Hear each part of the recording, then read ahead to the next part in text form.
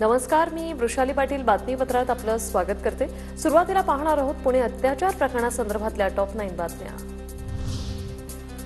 पुण्यात स्वारगेट बस स्थानकात शिवशाही बसमध्ये पीडित तरुणीवर 2 वेळा लैंगिक अत्याचार केल्याचं समोर। लैंगिक अत्याचार झाल्याचं वैद्यकीय अहवालातून स्पष्ट।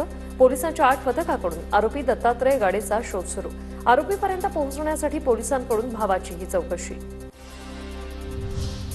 पुणे अत्याचार प्रकरणाची मुख्यमंत्री फडणवीसांकडून दखल, तपास गंभीरतेने करा, फडणवीसांच्या पुणे पोलीस आयुक्तांना सूचना। पुण्यातील घटना क्लेशदायक, आरोपीला तात्काळ अटक करा, अजित पवार यांच्या पुणे पोलीस आयुक्तांना सूचना। स्वारगेट एसटी आगारातील बलात्कार प्रकरणी उपमुख्यमंत्री एकनाथ शिंदेंचा पोलीस आयुक्तांना फोन, आरोपीला लवकरात लवकर शोधून केस फास्ट ट्रॅक कोर्टात चालवण्याच्या सूचना।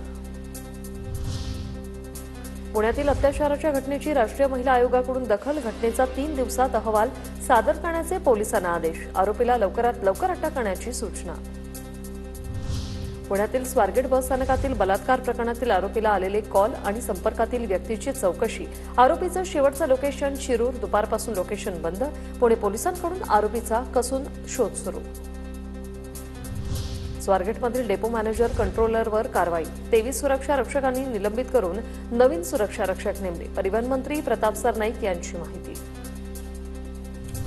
महिला प्रवाशांच्या सुरक्षिततेसाठी मंत्रालयात बैठक होणार, गुरुवारी दुपारी 12:30 वाजता ही बैठक बोलावली आहे। मुख्यमंत्री फडणवीस, उपमुख्यमंत्री अजित पवार यांच्याकडून अत्याचाराच्या घटनेची गंभीर दखल। स्वारगेट बस स्थानकाच्या आगार प्रमुखांनी सुरक्षेसंदर्भात पुणे पोलिसांना दिले होते पत्र, पत्रातून पोलिसांकडे सुरक्षा पुरवण्याची मागणी केली होती, तर स्वारगेट स्थानकाच्या आगार नियंत्रक मोहिनी ढेरेंचीही पोलिसांकडून चौकशी।